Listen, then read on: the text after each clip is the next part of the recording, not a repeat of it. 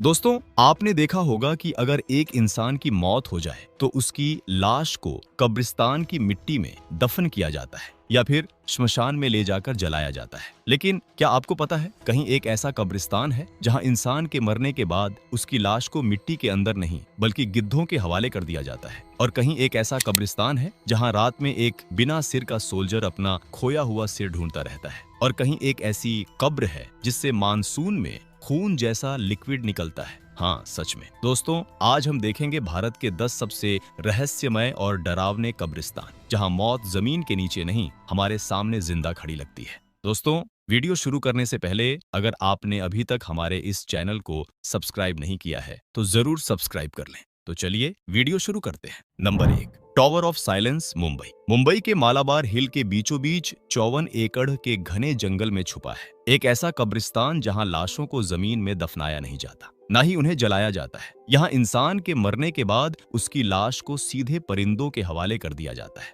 इस जगह का नाम है टॉवर ऑफ साइलेंस या दखमा। ये पारसी कम्युनिटी का पवित्र दफन स्थल है जहां 300 सालों से एक अनोखी अंतिम संस्कार परंपरा फॉलो की जाती है। आकाशीय दफन संस्कार। जोरोस्ट्रियन धर्म के मुताबिक मौत के बाद शरीर अपवित्र हो जाता है और इसे धरती, पानी या आग को छूना नहीं चाहिए। इसलिए 1672 में सेठ मोती हिरजी ने यह टॉवर बनवाया। यहाँ 5 गोलाकार टॉवर हैं जहाँ मृत शरीरों को रखा जाता है। विशेष देखभाल करने वाले, जिन्हें खंडियाज कहा जाता है, वही इन टॉवर्स के अंदर जा सकते हैं। लेकिन सबसे परेशान करने वाली प्रक्रिया ये है कि जब कोई पारसी मरता है तो उसकी बॉडी को कपड़ों में लपेटकर टॉवर के ऊपरी हिस्से पर ले जाया जाता है। वहां लाश को खुले में छोड़ दिया जाता है और फिर आसमान से सैकड़ों गिद्ध नीचे उतरते हैं। कुछ ही घंटों में पूरी बॉडी खा ली जाती है, सिर्फ हड्डियां बच जाती हैं जो धीरे धीरे टॉवर के केंद्र में गिरती रहती है। पर 1980 के दशक में एक बहुत बड़ी समस्या आई।